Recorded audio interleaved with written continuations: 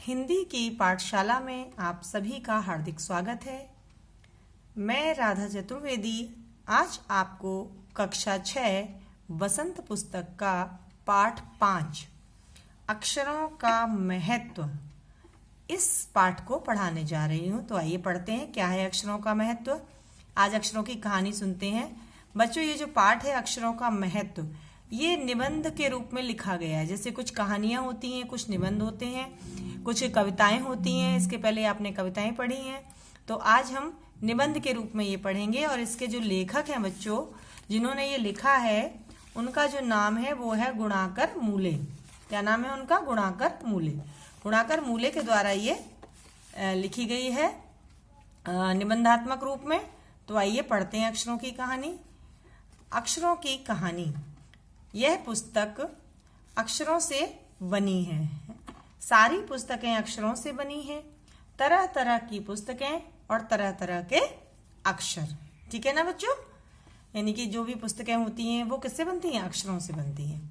दुनिया में अब तक करोड़ों पुस्तकें छप चुकी हैं। हजारों पुस्तकें रोज छपती हैं। तरह तरह के अक्षरों में हजारों की तादाद शब्द का अर्थ होता है मात्रा। हजारों की मात्रा में रोज ही समाचार पत्र छपते रहते हैं। आपके घर पे भी आता होगा न्यूज़पेपर। तो इन सबके मूल में कौन है? मूल में है अक्षर।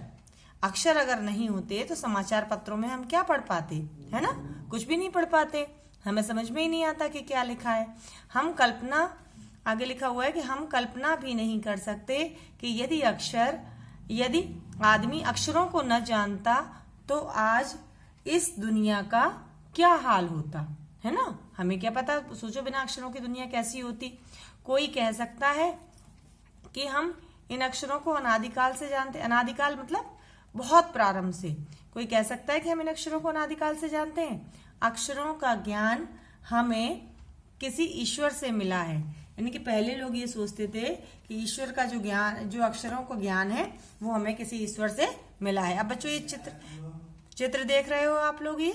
ये जो चित्र है, इसमें एक व्यक्ति दिखाई दे रहा है प्राचीन काल में। और देखो इसके पास खड़िया नहीं, कोई पत्थर का टुकड़ा हाथ में लिए हुए है। और उसी से ये देखो, ये आदमी का चित्र बना रहा है। शिकारी है, ये भाला लिए हुए है। ये भी देखो, ये भी इसको आक्रमण कर दिया। 2 पशु यहाँ जा रहे हैं। इन पशुओं को मारने के लिए इन्होंने चित्रों का सहारा लिया है। यानी अपनी बात को आप तक पहुंचाने के लिए चित्रों का प्रयोग किया है। आइए आगे देखते हैं।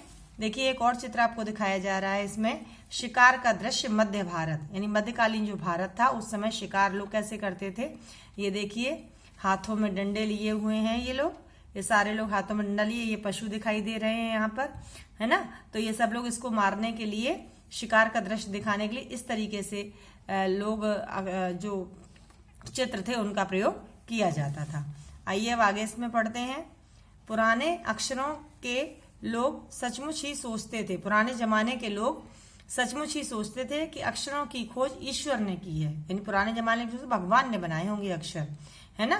पर आज हम जानते हैं कि अक्षरों की खोज किसी ईश्वर ने नहीं, बल्कि स्वयं आदमी ने की है, यानी मनुष्य ने की है। अब तो हम यह भी जानते हैं कि किन अक्षरों की खोज किस देश में किस समय हुई। ठीक है, अब हमें ये भी पता चल जाता है कि किस समय हुई। अगर हम किसी भी अक्षर के बारे में जानना चाहते हैं तो हमें ये पता चल जाता है। अब जैसे आप चीन का, आप लोग अक्सर कार्टून देखते हो, तो कार्टून में जो चाइनीज भाषा है वो अक्सर किसमें? चित्रों के माध्यम से दर्शाई जाती है। ठीक है, आगे पढ़ते हैं। हमारी यह धरती लगभग 5 अरब साल पुरानी है। कितनी पुरानी है? 5 अरब साल पुरानी है। 2-3 अरब साल तक इस धरती पर किसी प्रकार के जीव जंतु नहीं थे। फिर करोड़ों साल तक केवल जानवरों और वनस्पतियों का ही इस धरती पर राज्य रहा। यानी कि केवल कौन थे? केवल जानवर थे और वनस्पतियां थी। ठीक है, कोई जीव जंतु नहीं थे इस पृथ्वी पर। आदमी ने इस धरती पर कोई 5 लाख साल पहले जन्म लिया। कब जन्म लिया? 5 लाख साल पहले जन्म लिया। धीरे धीरे उसका विकास हुआ मनुष्य का। ठीक है, कोई 10,000 साल पहले आदमी ने गांव को बसाना शुरू किया। यानी कि जब आदमी लोग थे केवल, तो उन्होंने पहले तो वो लोग जंगलों में रहते थे। फिर धीरे धीरे विकास की प्रक्रिया शुरू हुई तो उन्होंने गांव को बसाना शुरू किया। वह खेती करने लगा, यानी मनुष्य जो था वह खेती करने लगा। वह पत्थरों के औजारों का इस्तेमाल करने लगा। आप जब अपना इतिहास देखते हो तो पत्थर से औजार बनाए जाते थे, नुकीले नुकीले। फिर उसने तांबे और कांसे के भी औजार बनाए। बाद में पत्थर के अलावा किस किस के बनाए? तांबे के और कांसे के भी औजार बनाए। प्रागैतिहासिक मानव ने सबसे पहले चित्रों के जरिए अपने भाव व्यक्त किए, है ना। प्रागैतिहासिक का मतलब इसमें देखिए ये जो शब्द भी बना हुआ, प्राक इतिहास और एक प्रत्यय लगा हुआ। इतिहास मूल शब्द है और प्राग इसकी उपसर्ग है, ठीक है। यानी सबसे पहले इतिहास में मानव ने सबसे पहले चित्रों के जरिए अपने भावों को व्यक्त किया, ठीक है। जैसे जैसे जैसे पशुओं, पक्षियों, आदमियों आदि के चित्र बनाए। अभी हमने भी इस पाठ में 2 चित्र देखे थे, पशु दिखाए जा रहे थे और मनुष्य दिखाए जा रहे थे, और शिकार का दृश्य दिखाया जा रहा था। इन चित्र संकेतों से बाद में भाव संकेत अस्तित्व में आए। बाद में लोगों ने अपने भावों के बारे में जानकारी जो है वो चित्रों के माध्यम से, या भाव संकेत, आजकल आप लोग मोबाइल देख रहे होते हो उसमें इमोजीज बनी होती है। इमोजीज को मतलब वो कहते हैं भाव संकेत। स्माइली दे दी, रोने के लिए आंसू वाला इमोजी सिलेक्ट करके आपने भेज दी, तो ये जो हमारे भाव संकेत थे वो अस्तित्व में आए, प्रकाश में आए। जैसे एक छोटे वृत्त के चहुओर किरणों की द्योतक रेखाएं खींचने पर वह सूर्य का चित्र बन जाता था।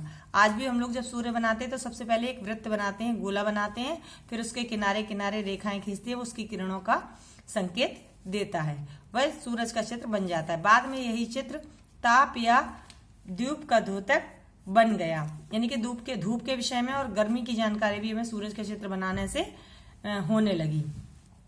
इस तरह अनेक भाव संकेत अस्तित्व में आए, यानी प्रकाश में आए।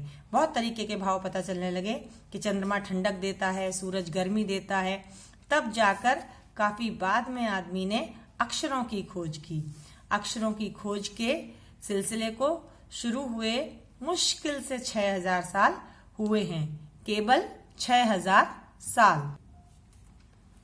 ये देखिए इसके आगे, ये मध्य अमेरिका के उंजीववा आदिवासियों के चित्र हैं। ये अमेरिका के लोग भी चित्रकारी के द्वारा ही अपने भावों को व्यक्त करते थे। इसमें क्या क्या दिखाया जा रहा है? दाईं ओर से बाईं ओर को क्रमशः देखिएगा। दाईं ओर से बाईं ओर की तरफ जो हम देखेंगे तो तूफान का देवता जो सारे आकाश को घेरता है, ये रहा तूफान का देवता दिखाया जा रहा है, ये देखिए। उसके बाद में पंखों से सुशोभित नगाड़ा, ये पंख बनाए गए हैं यहाँ पे चित्र में, ये सब देखिएगा, सब चित्र दिखाई दे रहे हैं। और द्रोण, काक, कौआ और दवा खाने में आदमी, ये सारे चित्र इन्होंने ये यहाँ पर बनाए हैं। पंखे का चित्र बनाया है, ये आदमी का चित्र बनाया है, और ये किसका बनाया है? ये तूफान के देवता का चित्र बनाया है। तो चित्रों के माध्यम से ही लोग अपनी अभिव्यक्तियां किया करते थे। जब अमेरिका में भी ऐसा होता था तो फिर बाकी सब जगह ही यही प्रक्रिया होती थी। आइए आगे पढ़ते हैं पाठ में। अक्षरों की खोज के साथ एक नए युग की शुरुआत हुई, यानी जैसे जैसे अक्षर बनाए गए उस तरीके से नए युग की शुरुआत भी हुई। आदमी अपने विचार और अपने हिसाब किताब को लिख कर रखने लगा, यानी कि पहले उसके पास ये सब अक्षर नहीं थे तो वो नहीं लिख पाता था, लेकिन जैसे जैसे अक्षरों का खोज हुई उसने ये सब चीजें लिख कर रखनी शुरू कर दी। तब से मानव को सभ्य कहा जाने लगा। आदमी ने जब से लिखना शुरू किया तब से इतिहास आरंभ हुआ, यानी अभी तक जो हम इतिहास पढ़ रहे होते हैं वो हमें लिखा हुआ मिलता है। किसी भी कौम या देवता का इतिहास तब से शुरू होता है, ठीक है ना। तो कब से शुरू होता है कि कौम की किसी जाति का इतिहास अगर हम देखना चाहें, या कौन से देवता का इतिहास है, किसी देश का इतिहास है, तो वह तब से ही शुरू होता है जब से आदमी के लिखे हुए लेख मिलने लग गए, यानी जब मनुष्य का लिखने का तरीका हमें मिल गया, मनुष्य ने लिखना प्रारंभ किया, लेख मिलने लग जाते हैं, तब से ही हम अपने इतिहास की जानकारी कर सकते हैं। इस प्रकार इतिहास को शुरू हुए मुश्किल से 6000 साल हुए। कितने साल हुए? 6000 साल। इसके पहले के काल को कौन सा काल कहा जाता था? प्रागैतिहासिक काल, यानी कि इतिहास के पहले का काल। प्राक माने पहले और इतिहास माने इतिहास, और काल का मतलब समय, यानी कि इतिहास के पहले का काल कहा जाता था। अतः हम देख सकते हैं कि यदि आदमी अक्षरों की खोज नहीं करता तो आज हम इतिहास को न जान पाते।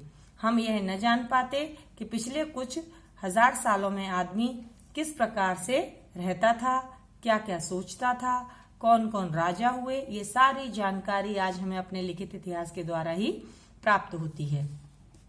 अक्षरों की खोज मनुष्य की सबसे बड़ी खोज है ना। किसने बनाए थे अक्षर? मनुष्य ने। मनुष्य की सबसे बड़ी खोज है। अक्षरों की खोज करने के बाद मनुष्य अपने विचारों को लिख कर रखने लगा, जो उसके दिमाग में आता था अपने विचारों को लिख कर रखने लगा। इस प्रकार एक पीढ़ी का ज्ञान इस्तेमाल दूसरी पीढ़ी करने लगी। मान के चलिए हमारे बाबा दादी ने कुछ लिख के रखा, वही चीज हमने पढ़ी और वो चीज हम भी उसको समझने लगे और हम भी उसको लिख कर रखने लगे। अक्षरों की खोज करने के बाद पिछले 6000 सालों में मानव जाति का तेजी से विकास हुआ। बहुत तीव्र गति से मानव का विकास हुआ।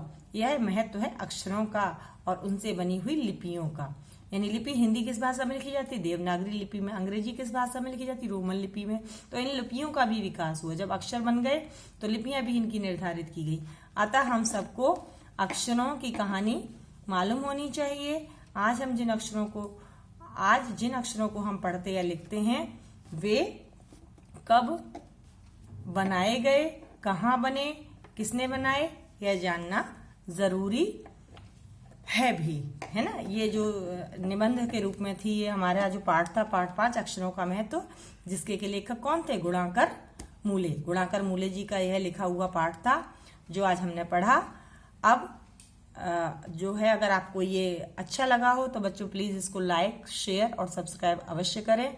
और हाँ, सब्सक्राइब करने के बाद बेल आइकन का बटन होता है, उसको अवश्य दबाएं, जिससे कि आपको अगली जो मैं वीडियो बनाऊंगी वो आपको उसका नोटिफिकेशन मिल जाएगा और आप अच्छे से अपनी पढ़ाई को जारी रख सकते हैं। नमस्कार बच्चों।